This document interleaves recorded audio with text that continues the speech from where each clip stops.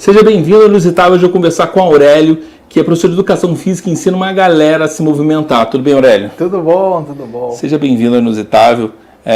Acho que a gente já começou aí fazendo um monte de perguntas, falando como é que a gente se encontrou. Eu pensei que tu já tinha lembrado de mim. Não tinha lembrado, não.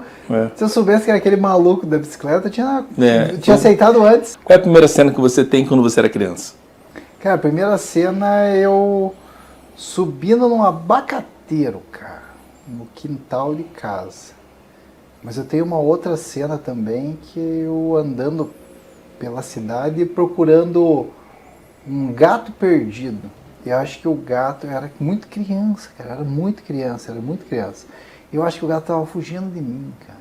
Eu acho que ele não gostava de mim. Ou era você que estava buscando o gato também? Não, era para ele estar lá em casa, mas eu acho que ele fugia de mim. Mas era cidade interior, né? Eu morava numa vila popular, numa cidade que tinha 7 mil habitantes na época. Era uma vila, como se fosse aqui em Curitiba, como se fosse esses conjuntos populares do governo, sabe? Sim. E eu vivi lá até os 3 anos de idade. Eu tenho muitas lembranças de lá, muita coisa. Qual é a cidade? Santa Mariana. Santa Mariana é aqui no Paraná. Fica perto de Cornélio Procópio, perto de Londrina. E você passou a infância lá? Até os 3 anos, eu vim para Curitiba. A galera do interior vem para a capital, né? Para estudar, porque tem mais oportunidades, né? Sempre falam isso, que a capital é onde que todo mundo quer estar, né? Imagina você pequeno. É que aquela cidade em específico é uma cidade muito pequena. E não tinha oportunidade nenhuma. Diferente, por exemplo, de Londrina, Maringá, Cascavel, que são cidades muito maiores, assim, né? E ali a cidade não tem nenhuma fonte de renda, a não ser se funcionário da prefeitura, do banco, da lotérica, e acabou, né? Não tem. A cidade é muito pequena.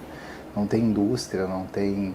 Inclusive a agricultura era baseada no café e daí veio a cana mecanizada. Então, ou você é motorista de caminhão ou você é funcionário público, né? Não tem muita oportunidade na cidade. Daí meu pai, quando eu tinha 3 anos, meu pai tinha quanto? 20? Ou 21? Daí eles resolveram vir para Curitiba, né? É engraçado porque eu não tenho essa vivência do interior. Eu sempre morei em capital. Sempre morei. Eu morei muito tempo no Rio, morei em São Paulo. E agora eu moro em Curitiba. Morei em Brasília também, sempre capital. Então, para mim, e aí quando eu vou pro interior, cara, eu sei que tem... cada um se conhece, né? Tem a igreja, tem a praça.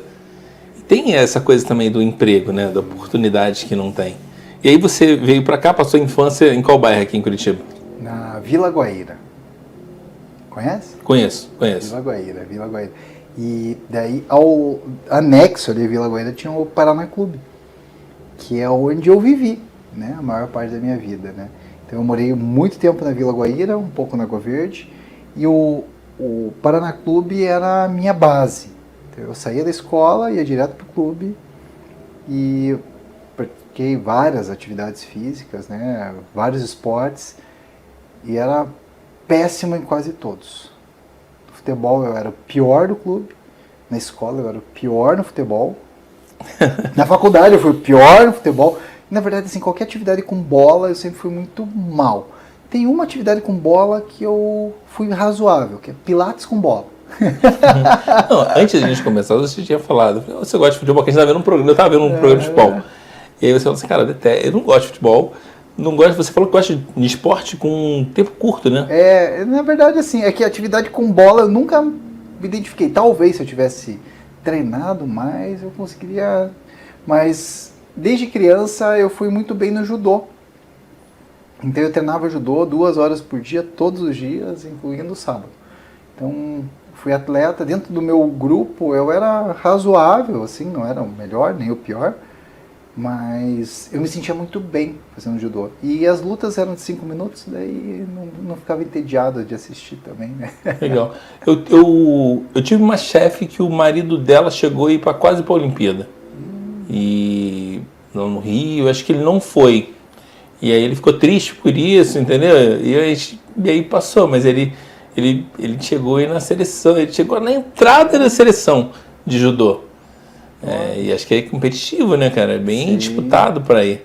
Sim, é bem difícil. E aí você passou a sua infância, começou a, basicamente, como é que você definiu que eu falou assim, cara, já que eu gosto de esporte, vou ser um preparador físico?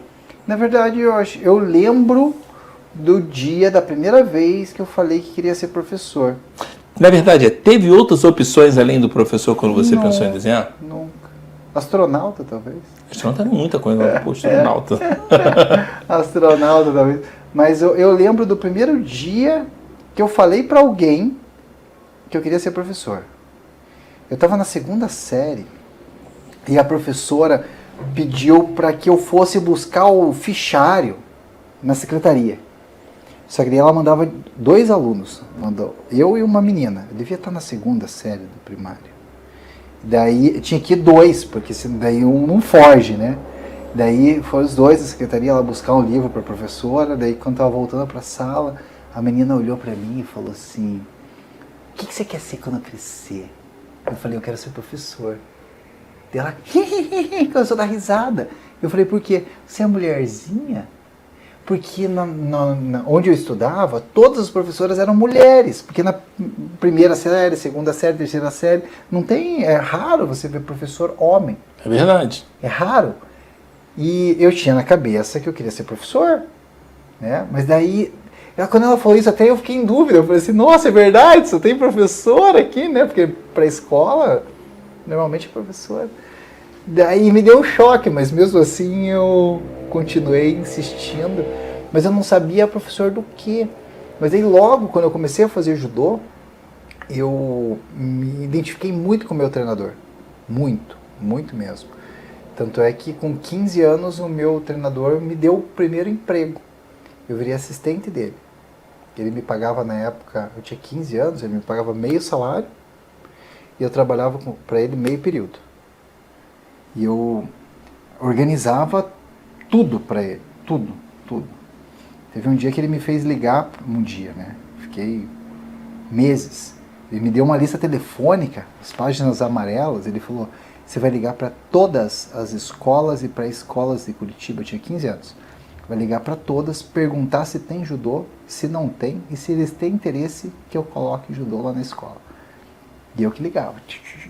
Que ele queria dominar a cidade com judô, né? Daí eu trabalhei com ele por um bom tempo até entrar na faculdade. Então, eu tinha ele como uma referência muito forte, né? E daí fica mais fácil, né? Você se abraçar. Então, eu entrei na faculdade de Educação Física tendo certeza que eu queria ser treinador de judô. Que legal, que legal. E o judô é legal? Eu não fiz judô, eu fiz jiu-jitsu. E aí, mas tem um negócio que é legal, que é bem parecido com os dois, é a disciplina. Né? Você é treinado para não brigar, para se defender. E era legal isso. Eu também gostava. Mas eu fiz por muito pouco, eu acho que fiz 2 anos. Eu cheguei na faixa amarela. Que aí tinha uns graus ainda, não lembro, não sei nem como é que é agora. Mas achei muito interessante em termos de disciplina. Na verdade, qualquer esporte competitivo, com tutoria, com um treinador, né, ele desenvolve disciplina. Não tem como você competir com esporte sem ter disciplina.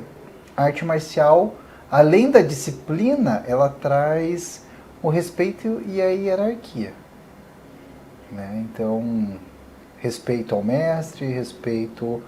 Né, no jiu-jitsu eu não sei, porque eu nunca convivi. Mas no judô eu lembro de uma cena de um menino que tava... Eu fui árbitro de judô também, né? Mas a situação assim, tava um menino de frente pro outro, um perdeu, daí na hora de fazer saudação, o menino fez de costas assim, dando um sinal que o árbitro tinha roubado. O árbitro lateral viu, além de perder, ele recebeu uma punição, e ele recebeu uma punição pela federação, só por um sinal que ele fez, e que ele ficou um tempo absurdo sem poder competir em competições oficiais. Imagine se fizesse isso no futebol. Não ia ter mais jogador. Não, então, você falou isso. Eu conversei aqui com a Janaína Castilho, que é de futebol. Ela era do Globo Esporte, hoje ela trabalha na Jovem Pan. E a gente estava falando da Copa do Mundo, a seleção brasileira ainda estava na Copa feminina, e aí eu falei, cara, acho que o melhor ensinamento que as mulheres podem passar é respeitar o árbitro. Porque o árbitro apita, respeitam. Faz isso, faz aquilo. Hoje não, os caras, o homem, ele não dá exemplo nenhum, cara. Os caras querem ligar. Mas é uma cultura desse esporte em específico, não é o homem. É a cultura do esporte. Exato, do esporte. exato. Então, assim, se eu fosse técnico de futebol, todo mundo seria educado. Ó, tem que respeitar, falar com todo mundo, pra não ter problema. E como é que você decidiu a faculdade? Esse período da faculdade foi tranquilo para que você possa decidir que você ia primeiro ser um profissional de educação física? E a outra questão é, daí de onde saiu o judô? O problema foi a falta de maturidade minha na faculdade, né? Isso, eu entrei na faculdade sem terminar o ensino médio. Eu fiz 16 anos na faculdade. Quando eu não tinha concluído o terceiro ano, eu vi uma faixa, assim, na faculdade, dizendo assim, matrículas abertas para vestibular, né? Eu falei, vou fazer um vestibular para treinar, né? Sim. Vamos treinar, tudo é treino nessa vida. Fui lá, fiz o vestibular e passei. Entre os primeiros, inclusive. Daí eu cheguei em casa, meu pai falou, passei no vestibular. Meu pai falou assim, tá, e agora? Eu falei, agora, não posso fazer, não terminei ainda, escola, né? E um cara me falou na rua e falou assim, pô, na época, né? Podia fazer, hoje não pode mais, né? Ele falou, cara, por que você não faz um supletivo? Fui lá na faculdade e falei, tem quanto tempo para trazer a documentação? Ele falou, tem 15 dias. Eu fui lá, tinha um supletivo, eu falei, como funciona o supletivo? Ele falou, não, você faz as provas. Se você passar em todas as provas, era um supletivo público. Não precisava pagar nada. Era do Estado. Eu fui lá, fiz todas as provas, passei.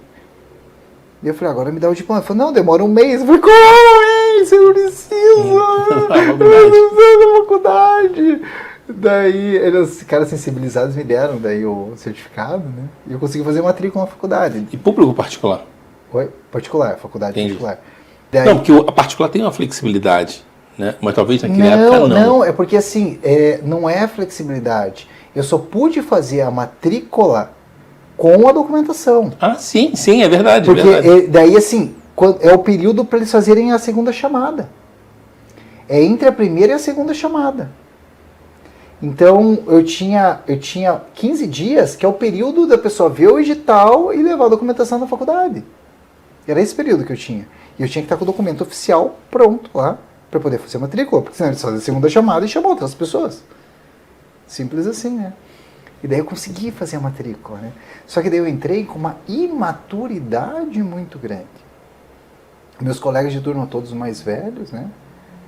E uma das colegas de turma que eu tive mais afinidade, eu tinha a idade da minha mãe. Pra você ter ideia, assim, né? E daí ali a gente foi desenvolvendo e eu tinha certeza que eu ia ser professor de judô. Logo que eu entrei na faculdade, o meu sensei faleceu. Numa situação muito trágica.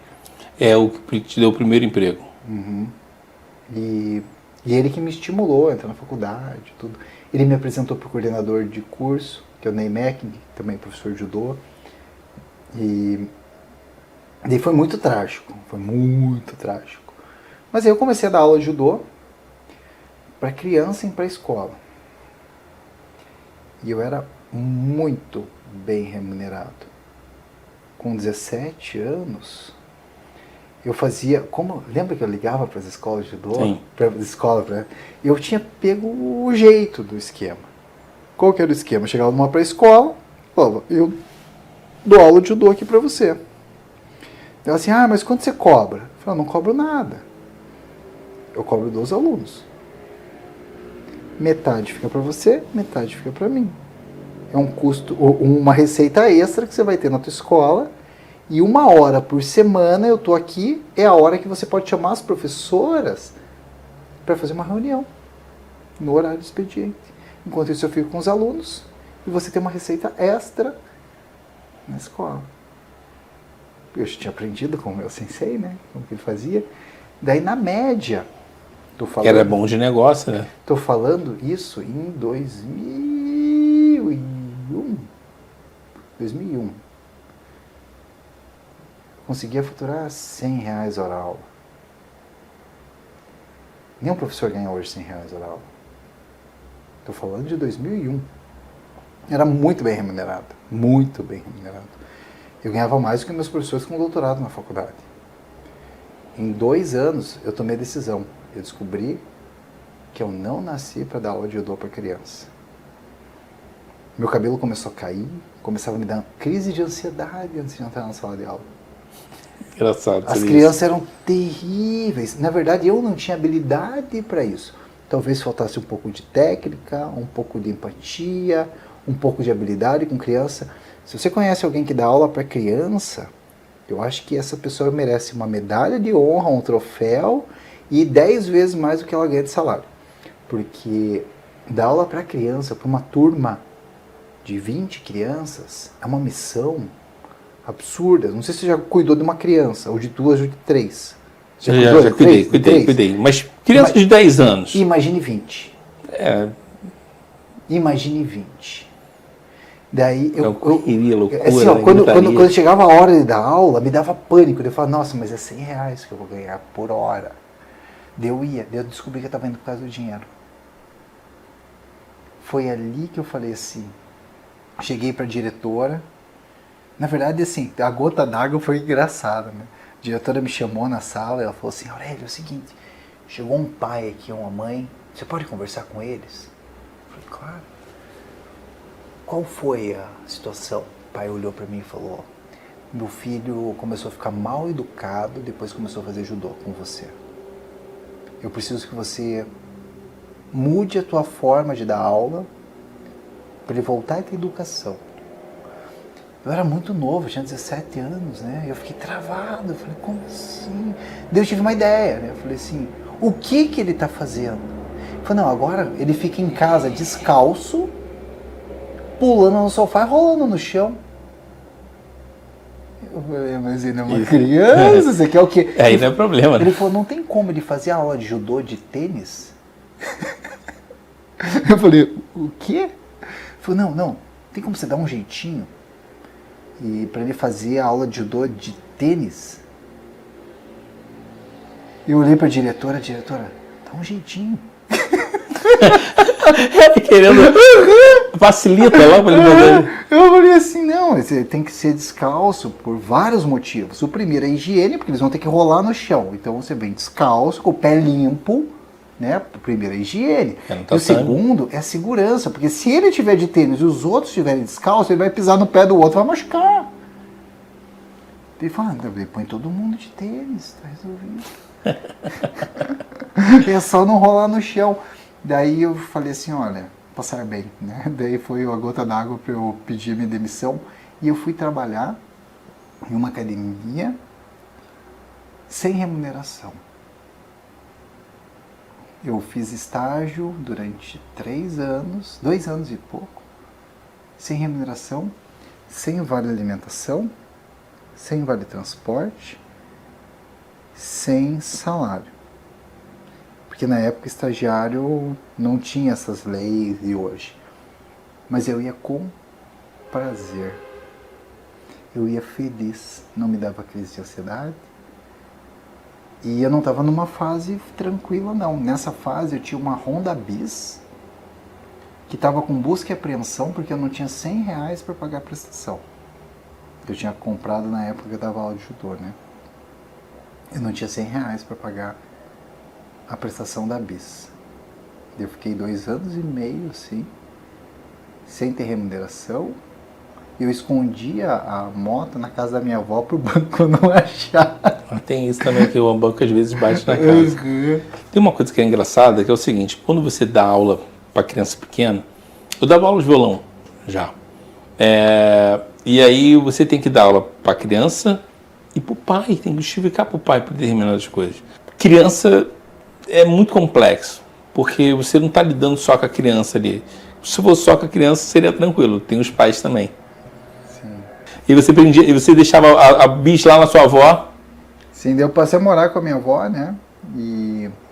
Só que daí, quando eu me formei, eu tinha quase certeza que essa academia ia me contratar, né? Porque, pô, nunca cheguei atrasado, era dedicado, empenhado. Achei que essa academia ia me contratar, né? Eu tinha certeza. Daí quando eu me formei, a academia não me contratou. Não te contratou? Não.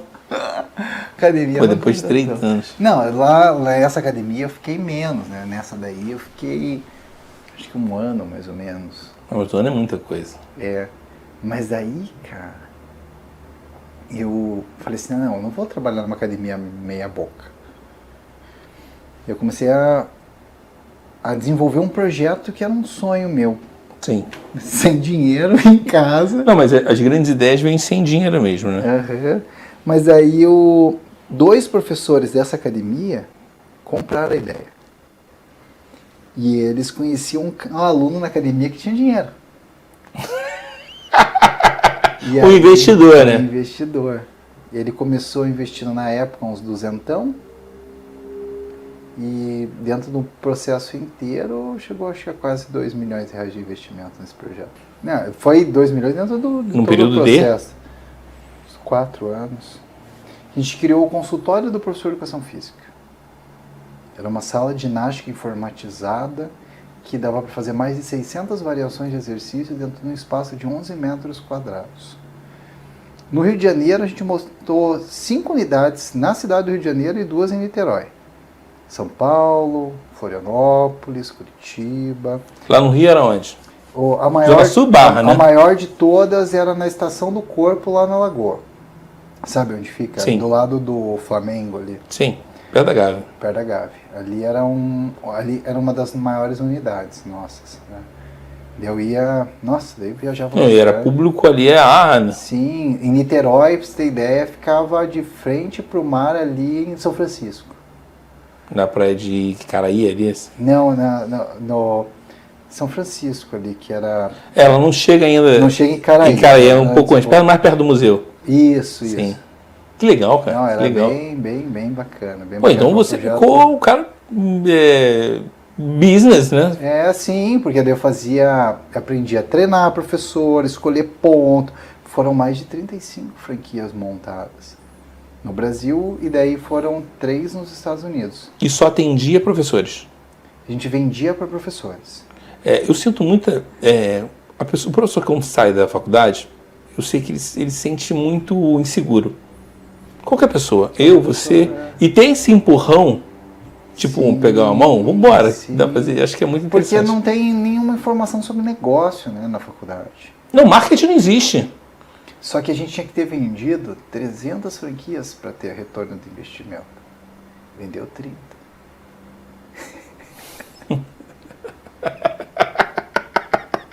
Eu pensando, maior sucesso. Sucesso total, né? A gente tinha uma estrutura que dava conta de atender 300, mas a gente tava com 30. Daí eu saí e voltei a trabalhar como personal.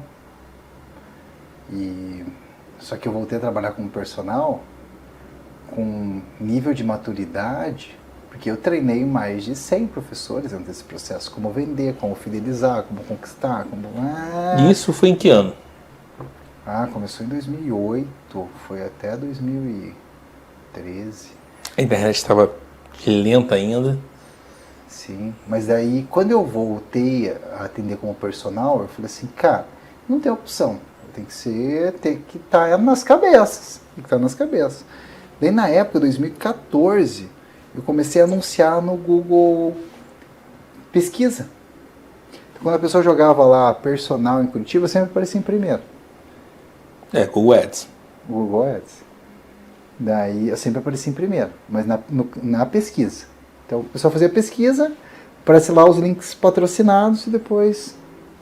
Daí eu coloquei uma área de atuação e na época tinha pouca concorrência nessa área de anúncios, né? E daí eu não sabia fazer os anúncios muito bem feitos, assim, os anúncios acabava gastando mais do que devia, né? Mas eu tinha um dinheirinho guardado, em 2 meses eu lotei a agenda. E eu acho que é ruim para quem nunca fez nada, né? Nenhum tipo de anúncio. Nossa, você É quebra complexo. complexo, cara. Eu também acho. Eu acho que todo mundo tem que aprender um pouco de marketing. É igual dirigir. Todo mundo tem que ter umas pequenas noções hoje em dia. Sim, eu fiz, na verdade, assim, eu fiz várias tentativas. Uma tentativa de marketing, já que você gosta de marketing, uma tentativa foi, eu montei uma pasta com o meu currículo e a maneira como eu atendia e o meu método de trabalho e fui visitando médicos e formadores de opinião. Eu visitei, acho que umas 40 pessoas. Desses 40, uma me indicou paciente. Só que essa uma me indicou 4. Só que desses 4, um me indicou mais 10. Que ele falou, eu quero que você atenda a minha filha, o meu genro, a minha esposa. Inclusive a esposa dele é a Marilza, secretária do meio ambiente. Legal, que legal, Conhece que legal. Marilza? Conheço. Então, eu dei aula para a família inteira deles. Mas foi uma massagista, de todas aquelas pessoas que eu visitei, que ela me ajudou a preencher, no caso ali foi 15% da minha carteira. E daí eu fiz um trabalho de panfletagem também dentro do Você trabalha com grade de horário, uma agenda, né? Sim. Isso tem que... Eu fiz um flyer, cara, que eu fiquei muito orgulhoso daquele flyer. Corel 8, né? Fiz lá o flyer, lindo, lindo, lindo, lindo, lindo. Daí eu fui num prédio, que eu comecei a dar aula no personal, num prédio, aqui em Curitiba, que inclusive é o prédio que eu vou no aniversário agora, chama New Age. Deve ter uns 800 apartamentos. Eu falei, cara, tem uma academia ótima aqui. Se eu pegar para dar aula nesse condomínio, eu me mudo para cá e só dou aula no condomínio. Tem 800 apartamentos, 2 mil pessoas. Eu preciso de Isso é cabeça de empreendedor, né? Ele falou, só preciso de... Eu preciso de 15 alunos. Daí eu peguei, como eu tinha acesso ao prédio, porque eu dava aula para um aluno, eu fiz esse flyer, fiz 1000 flyers e entreguei debaixo Caixa da correia. porta. Foi muito mais agressivo. Na porta. Mas você tem ideia o que é andar?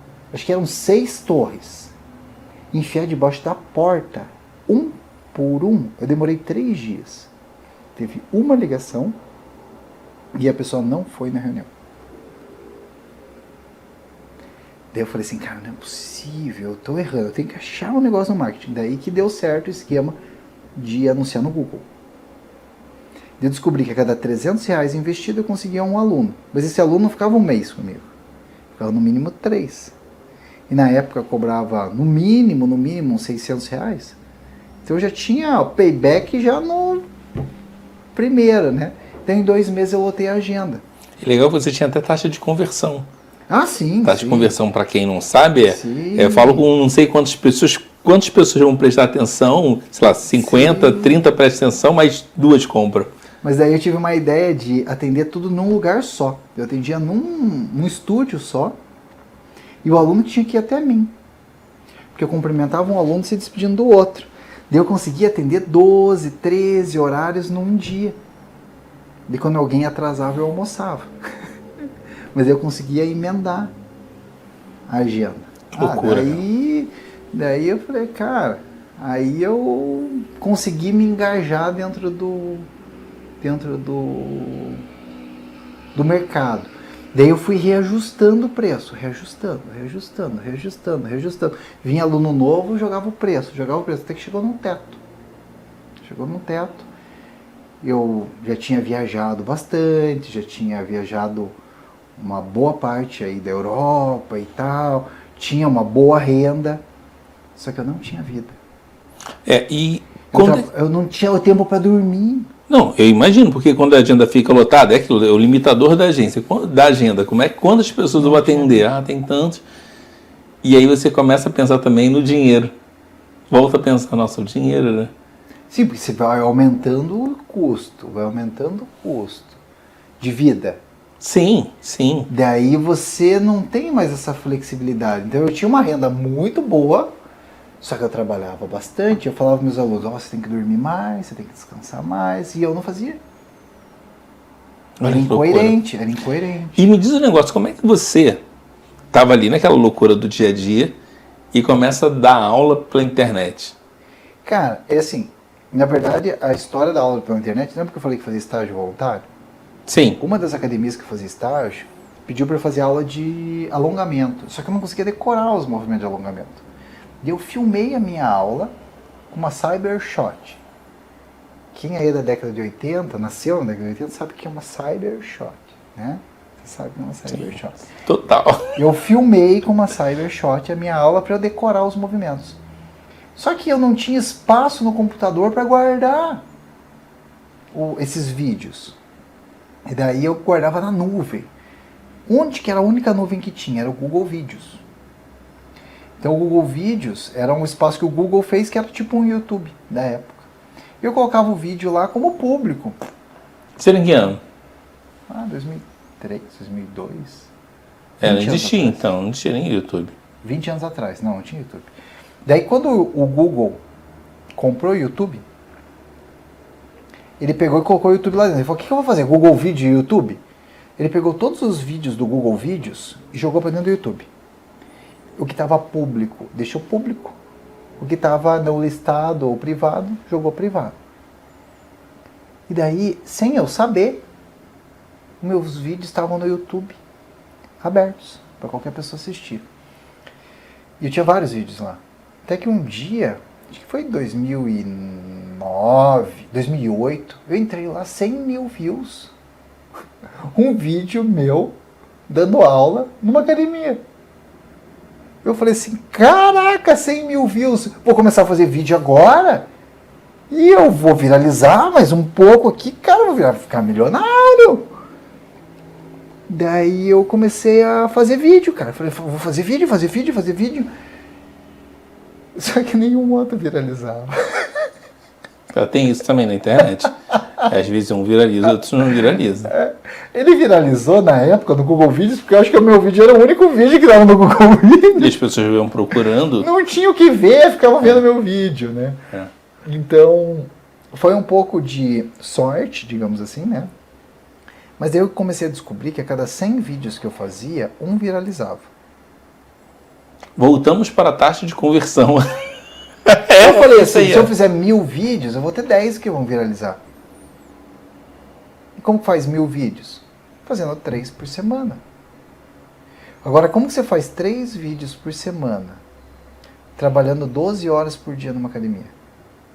Não, edita, sobe o vídeo, que a internet era lenta pra caramba. Não, é que assim, eu tinha que fazer roteiro, gravar, editar e subir o vídeo. Só que quem tá olhando fala assim, subir o vídeo. Não, subir o vídeo tem capinha, thumbnail, descrição, palavra-chave e mais um monte de configuraçãozinha que a gente coloca lá. Que daí tem que fazer a arte, fazer a capa. Às vezes para subir o vídeo na internet demora tanto tempo quanto gravar e tanto tempo quanto editar. Hoje é mais rápido, mas imagina naquela época como deveria ser. Sim. É que assim, eu sou muito cuidadoso com palavra-chave, faço pesquisa de palavra-chave. Você tem um perfil. Você parece que é super detalhista. Eu sou analista. Detalhista e olhar a coisa. A minha sensação é que você acompanha todo o processo. Ah, sim. Isso é que... Eu achava que eu acompanhava todo o processo. Hoje a empresa já está num patamar que eu tento entender o que está acontecendo, né? Mas o meu sócio que é muito mais analítico do que eu, né? Então, o processo foi sendo natural. Mas como que você grava, edita e faz trabalhando 12 horas por dia? Os alunos chegam atrasados ou faltam. Então, o primeiro aluno que faltava, eu almoçava. E quando o aluno mandava uma mensagem e falava assim, eu vou atrasar um pouquinho, eu ligava o computador e começava a editar. Os primeiros eram editados no celular, né? Depois eu tinha um computadorzinho. Eu levava lá e começava a editar. E o aluno chegava, ficava parado a edição. E daí, assim, eu não tinha nenhum horário de intervalo, porque o intervalo que tinha era YouTube. E ninguém assistia os vídeos. Só assistia quem tirava sarro. Isso tinha bastante gente. Virou blogueirinho. Tem isso também, né? Virou blogueirinho. E, cara, quem quiser, entra no meu canal, Aurélio, lá, filtra os vídeos e coloca os vídeos mais antigos. São os vídeos dessa época que eu fazia, nessa época da academia, que todo mundo tirava sarro. Eu te garanto que se você assistir, você vai tirar sarro também, porque os vídeos eram horrorosos. Eu faço questão de deixar lá, porque as pessoas falam assim, Aurélio, você se dá bem na internet, porque não, vai você lá, é comunicativo, vai você lá, fala bem. Vai lá no primeiro. Eu falo, cara, quando eu nasci eu não sabia nem falar. Vai lá no primeiro. Então eu deixo lá de propósito os vídeos ruins, os vídeos, quer dizer, os primeiros vídeos. Na verdade, assim, todo vídeo que eu vejo, eu tenho vergonha. Quando eu pego, fico de frente para a câmera, gravo. Quando eu assisto, eu não consigo assistir o vídeo. Eu tenho vergonha de ver o vídeo editado e gravado. Eu tenho vergonha de me ver. Se você que está pensando em gravar um vídeo, você se vê na câmera e tem vergonha, saiba que você está no caminho certo. E que isso nunca vai mudar. É normal também. E assim, é ruim também, às vezes, quando você se vê, seria estranho se você acha sempre que estava legal também. Porque você começa a achar defeito. Não, acho que eu falei trocado, diferente. Será que eu queria passar a ideia? Eu entendo você perfeitamente.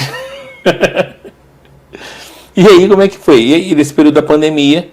Daí a pandemia... Já tinha aluno? Você já estava atendendo... Assim, na internet eu já tinha renda do YouTube.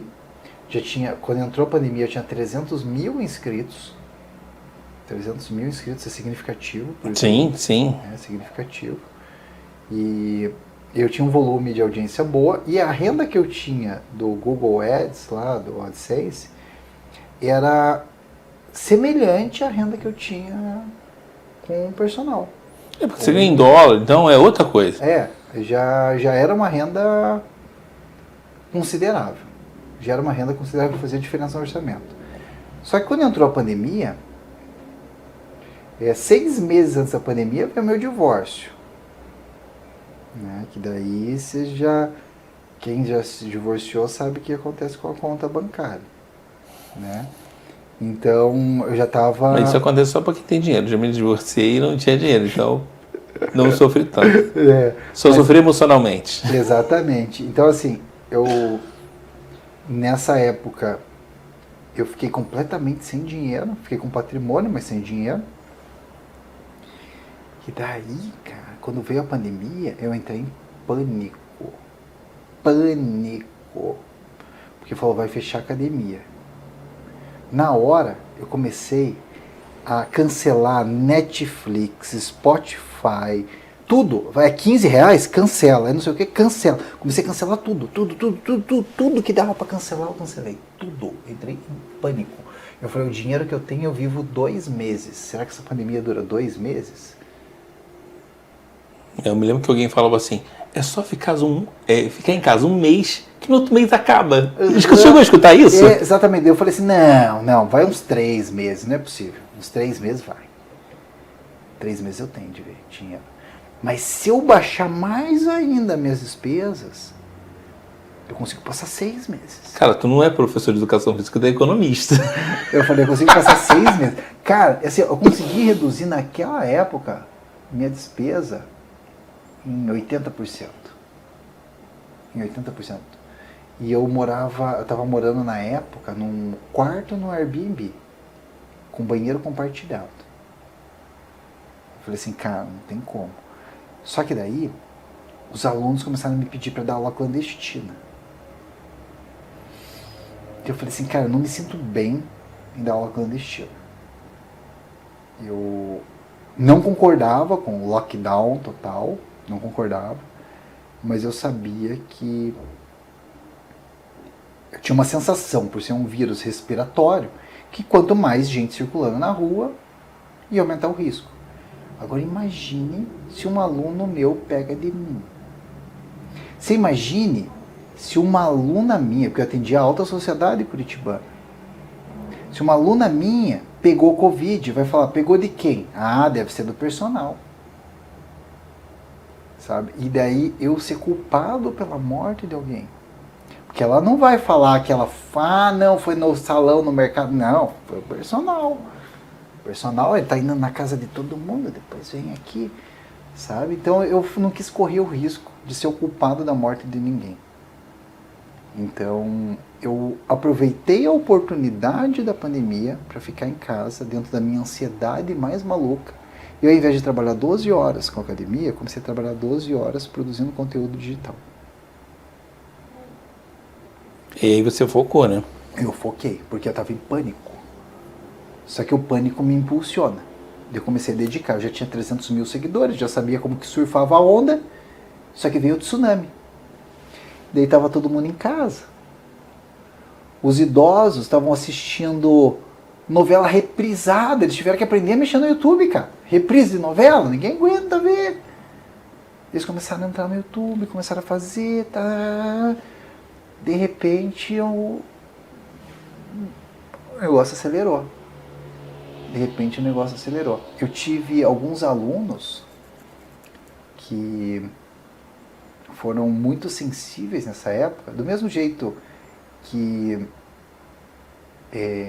quando entrou a pandemia, assim, de verdade, quando o bicho começou a pegar, eu consegui despejar minha inquilina e voltei a morar no meu apartamento. Eu saí do Airbnb lá, né? Mas daí eu tinha uma diarista. Daí nessa época eu falei assim, o que eu vou fazer com a diarista? Coitada dela, você parar de pagar, né? O diarista não dá pra cortar. Daí meus alunos falam, o que você vai fazer com o diarista? Eu falei, eu vou continuar pagando. Com que dinheiro? Eu falei, você vai continuar me pagando também? Daí o mercado gira, simples assim. Tem que ser, né? Como eu vou ter dinheiro? Você vai continuar me pagando. Daí alguns alunos, mesmo sem fazer aula, continuaram pagando. Pagando, às vezes, parcial, né? E tu fica com aquela dívida, né? Tu fala que assim, porra, eu quero oferecer melhor pra ele, alguma coisa pra ele. Sim. Só que daí, cara, quando a pandemia começou a vir a bandeira amarela, que podia dar uma flexibilidade ali e tal, o aluno falou assim, pô, agora você pode vir dar aula, né? Não tá mais bandeira vermelha. Como que eu vou falar? Só que daí o YouTube bombou. Mas daí como que eu vou falar não para esse aluno Que te pagou, pagou você pagou a diarista, Uhum. fez todo o circo. Como que eu vou falar pra ele? Não, agora eu vou trabalhar só no YouTube. Daí, para esses alunos, eu fiquei mais um ano dando aula. 1 ano e meio dando aula. Por uma dívida de gratidão. Sim, sim. Só que a renda dessas aulas, na verdade, o tempo que eu dedicava nessas aulas já estava impactando no meu negócio. Eu não vou dizer que eu estava indo lá dar aula voluntário porque eles estavam me pagando. Mas aquele tempo que eu estava fora do escritório estava impactando. Porque daí eu comecei a contratar gente. Hoje tem 17 pessoas para fazer o nosso negócio funcionar. 17. Né? Então, estamos falando de 3 milhões de seguidores. E quase 20 mil alunos dentro da plataforma. Não, na verdade, se você perceber, você gera... É um canal de TV. É um canal de TV. É um canal de TV. Uhum. E o melhor é que gera saúde. Sim. A ideia é você ter uma empresa de saúde. Né? Sim, canal de saúde. O que mais me move são os depoimentos. Então quem estiver assistindo, pode entrar no meu canal e entra em qualquer vídeo e lê o que está escrito nos comentários. Qualquer vídeo. Tem 3 mil vídeos. Tem um vídeo que tem mais de 10 mil depoimentos. Que eu falei assim, se você melhorou alguma coisa na sua saúde com os meus vídeos, escreve aqui. Tem 10 mil depoimentos em um vídeo. Então, quando eu me dei conta daquilo, na verdade eu me dei conta o dia que eu tirei do ar aquele vídeo que eu gravei com a câmerazinha Cybershot. Que não dá nem para ouvir direito o que eu falava. Eu peguei e tirei aquele vídeo do ar. Quando eu tirei ele do ar, eu comecei a receber e-mail de gente em pânico. Como que eu vou fazer meu alongamento? Fazia todo dia. Pô, você tirou do ar. Daí eu coloquei ele no ar de novo, daí eu regravei ele com uma qualidade melhor, com microfone e tudo, né? E coloquei ele de volta lá no ar, lá para essa turma. O cara, daí eu falei, não, mas quanto tempo que você faz? Não, faz 3 anos, eu faço essa aula todo dia. Que legal. Aí que me deu o start. Eu falei assim, quem que assiste um podcast mais de uma vez? Ah, eu vou assistir aquele podcast todo dia de manhã quando eu acordar. Existe isso? Mas o exercício existe. No exercício tem. Tem, que é a escola do pé, da mão, o jeito, como é que se segura. E até como motivação.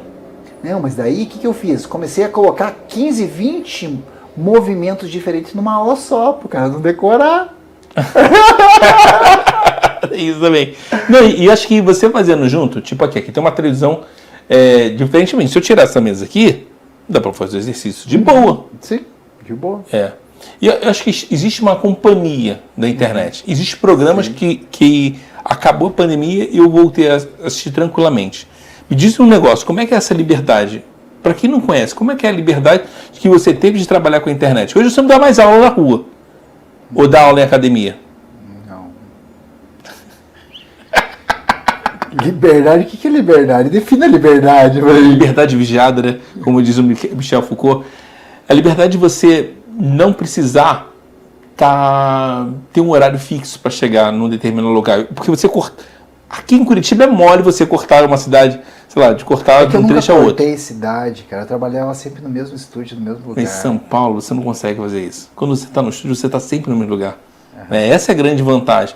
Se você tiver filho, você consegue pegar a tua criança organiza para pegar ela no colégio. Essa acho que é a grande vantagem. Sim.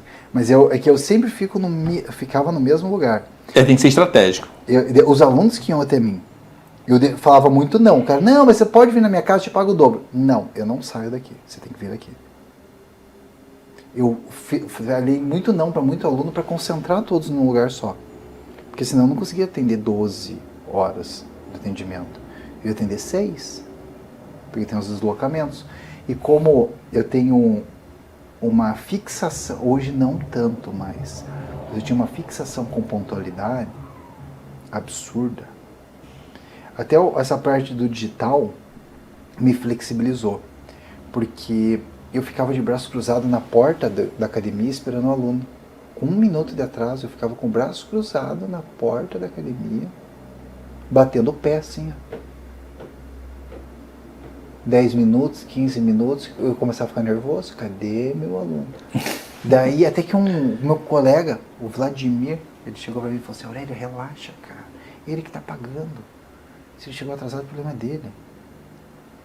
Daí eu fiz um acordo com meus alunos. Ó, é o seguinte, se chegar meia hora atrasado, se o próximo aluno estiver atrasado, eu continuo te atendendo. O outro aluno encostou o carro lá, eu dou tchau para você e vou atender ele. O combinado não sai caro. E vou atender ele. Agora, se você chegar meia hora atrasado, o outro aluno já chegou, quando deu o teu horário, eu até te explico o que você tem que fazer, mas eu não olho mais pra tua cara. O horário é do outro aluno. Né? Eu sempre fui bem... Daí, quando veio esse negócio digital, aí resolveu o meu problema.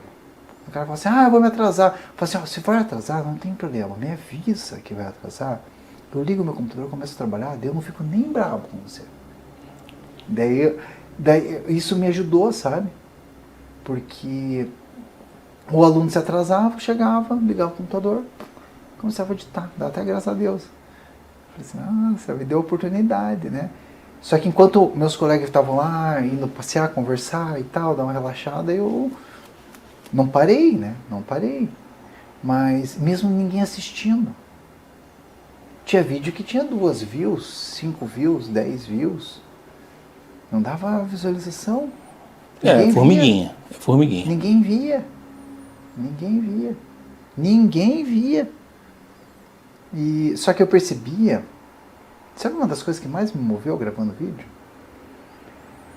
É que eu percebia que cada vez que eu gravava um vídeo, melhorava a minha habilidade de comunicação.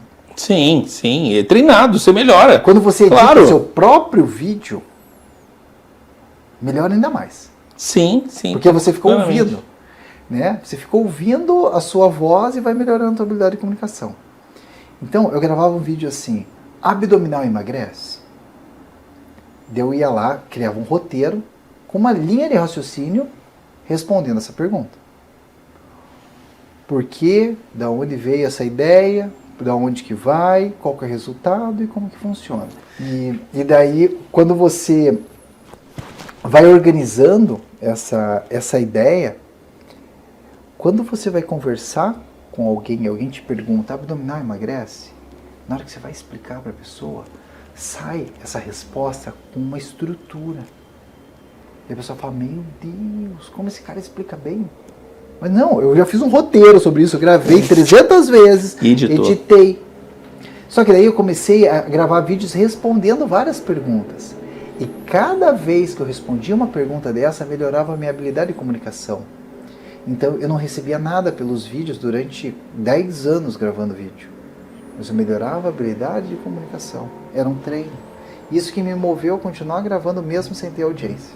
Essa é a sacada para quem você, de quem treina bastante, é automaticamente uma habilidade que você está treinando. Aurélio, me diz um negócio, se você pudesse encontrar hoje aquele garoto que estava fazendo faculdade, ia ser professor de judô, encontrou ele, o que você falaria para ele? Cara, eu não ia falar nada para não interferir, com medo de não chegar onde eu cheguei. O que funcionou, você não mexe. Meu medo, eu já pensei várias vezes, se eu voltasse no passado, o que eu mudaria? Nada. Até o meu primeiro casamento serviu de aprendizado para muita coisa. Eu não estaria hoje do jeito que eu tô, com a esposa que eu tenho hoje, se eu não tivesse passado pelo primeiro casamento, se eu não tivesse passado pelas frustrações que eu passei, se eu tivesse sido contratado por aquela academia, eu não teria criado aquele projeto. Se o meu pai não tivesse tido um problema lá na empresa dele, talvez eu estaria trabalhando hoje como assistente dentro da empresa dele hoje. Então tudo que aconteceu, mesmo de ruim. Então assim, hoje eu posso te afirmar, eu estou na melhor fase da minha vida. Se eu pudesse voltar no passado e mexer em alguma coisa, eu não voltaria. Eu tenho certeza disso. Porque até as frustrações que eu passei, os medos que eu passei, os apuros que eu passei na vida, fizeram eu estar aqui onde eu estou hoje. Imagine se eu mexer alguma coisa e estragar esse processo. No efeito borboleta eles não se falaram mais. Não. No final do efeito borboleta eles passaram, não vou nem falar porque a gente toda hora tá mexendo no futuro. Cara, que legal. Obrigado pela tua presença. A gente ia falar, sei lá, 30 minutos, 40 minutos, já ficou mais de uma hora, tá? Tem. Obrigado, tá? Pela tua presença. Obrigado pelo e convite. como é que as pessoas encontram você nas redes sociais? Porque tem muita gente que não te conhece também. Sim. Aurélio. Só. Em todas as redes sociais? Se jogar Aurélio no YouTube, acha. Se jogar Aurélio no Instagram, acha por primeiro. Que legal. Eu já passei o dicionário. Obrigado, tá? Queria te presentear com um livro. Esse daqui é o meu livro, Manual Prático para Ser Jovem por Mais Tempo. Tá? Ele ficou em primeiro lugar na Amazon por 2 meses na categoria Educação Física e Treinamento Esportivo. Ele é um livro que eu fiz especialmente para pessoas que têm mais de 50 anos, que querem fazer uma virada na saúde, mas não sabem por onde começar. E, na verdade, esse livro ele funciona como um manual. No primeiro capítulo, ele te instrui, te sugere para qual capítulo que você tem que pular. Ele é perfeito para aquelas pessoas que não têm paciência para ler o livro, do começo ao fim. Porque cada pessoa tem uma chave que precisa virar antes da outra, ou uma chave que está disposta a virar. Então, no primeiro capítulo do livro, a pessoa entende para onde que ela precisa ir primeiro. E às vezes ela tem que pular e ir para o último capítulo. Que às vezes ela não está disposta a fazer exercício, às vezes ela não está disposta a fazer uma dieta. Mas ela está disposta a fazer uma alteração para dormir 1 hora a mais de sono. Então ela vai direto do capítulo do sono, onde eu dou as dicas. Só que daí, se ela dormir 1 hora a mais, ela vai ter a ansiedade dela controlada. Na hora de comer, ela não vai comer com tanto impulso. Se ela dormir 1 hora a mais, ela vai ter um pouquinho mais de disposição para fazer uma caminhada ou ir visitar um amigo caminhando ou fazendo alguma coisa. Então a ideia do livro é ajudar as pessoas que precisam melhorar a saúde, principalmente pessoas com mais de 50 anos, e não sabem por onde começar. Por que eu falo mais de 50 anos? Porque eu tomei cuidado até com o tamanho da fonte, o contraste. Legal. Inclusive, esse é o primeiro livro do Brasil com certificação e selo funcional para bem-estar e funcional do idoso. Que legal. Então, esse é um presente para você. Obrigado. Eu vou pedir para autografado, para a gente autografa, mas, cara, muito legal. Obrigado. Eu não tenho 50, mas eu estou no meio do caminho e eu acho que me ajuda sim. Eu tenho alguns problemas também de exercício físico. E teus vídeos é muito legais, que me ajudam. Que bacana. Diminuir, quer ver um? Que é diminuir a barriga colocando na parede, você vai apertando, vai jogando. Tem muita coisa que é fácil, mas é dia a dia. Acho que tem um peso ali, ó. Tem um peso. Eu faço, mas muita coisa também em casa. E você me ajudou bastante. Eu acabei conhecendo mais você. Que bacana. Tá, obrigado. Siga o Aurélio e conheça todos os vídeos que ele tem, principalmente os últimos, os primeiros, para você possa ver um pouquinho como é que ele estava com vergonha.